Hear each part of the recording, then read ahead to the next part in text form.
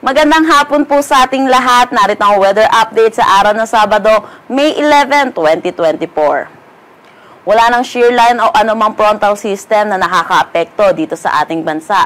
At asahan natin, easterlies na o yung mainit at maalinsangan na hangin na nanggagaling sa dagat Pasipiko ang umiiral dito sa buong bansa natin. Dahil dito, asahan natin yung buong bansa natin, makakaranas ng maaliwalas pero mainit at maalinsangan pa rin ang tanghali na may mga tsansa pa rin ng mga localized thunderstorm pagdating ng hapon at gabi.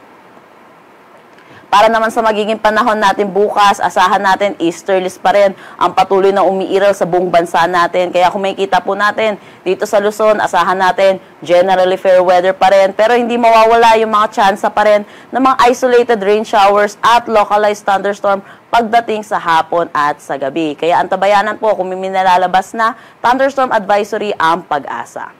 Agwat ng temperatura for Metro Manila ay 26 to 34 degrees Celsius, sa Lawag 26 to 34 degrees Celsius, Tugigaraw 26 to 35 degrees Celsius.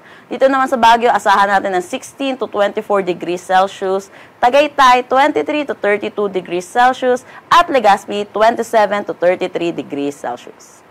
Gayon din dito sa may Palawan, Visayas at Mindanao, patuloy pa rin itong maaliwalas na panahon pero magiging mainit pa rin at may mga tsansa ng mga localized thunderstorm.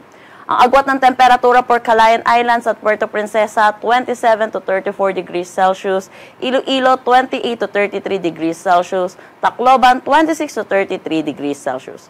For Cebu, 27 to 32 degrees Celsius, Zamboanga, 25 to 34 degrees Celsius, Cagayan de Oro, 26 to 33 degrees Celsius, at Davao, 26 to 34 degrees Celsius. Wala naman tayong nakataas na anumang gale warning sa anumang seaboards ng ating bansa. Dako naman tayo sa magiging panahon natin sa susunod na 3 araw sa mga piling syudad natin. Asahan natin, easterlies pa rin yung patuloy na umiiral, kaya makikita po natin, magiging maaliwalas pa rin naman ang panahon. For Metro Manila, asahan natin maximum temperature ay 26 degrees Celsius. For Baguio, agwat ng temperatura ay 18 to 25 degrees Celsius, Legazpi 27 to 33 degrees Celsius. Pagdating naman dito sa Visayas, patuloy pa rin ang easterlies ang umiiral, kaya asahan pa rin natin generally fair weather na may mga tsansa ng mga isolated rain showers at localized thunderstorm. For Metro Cebu, asahan natin agwat ng temperatura 27 to 32 degrees Celsius, Iloilo City 27 to 33 degrees Celsius, at Tacloban City 26 to 33 degrees Celsius.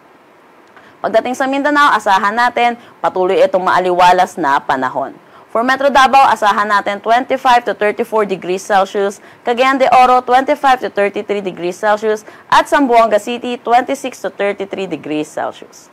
Ang sunset mamaya ay 6:16 p.m. at ang sunrise bukas ay 5:30 a.m. Para sa karagdagang impormasyon, bisitahin ang aming mga social media pages at ang aming website pag-asa.dost.gov.ph.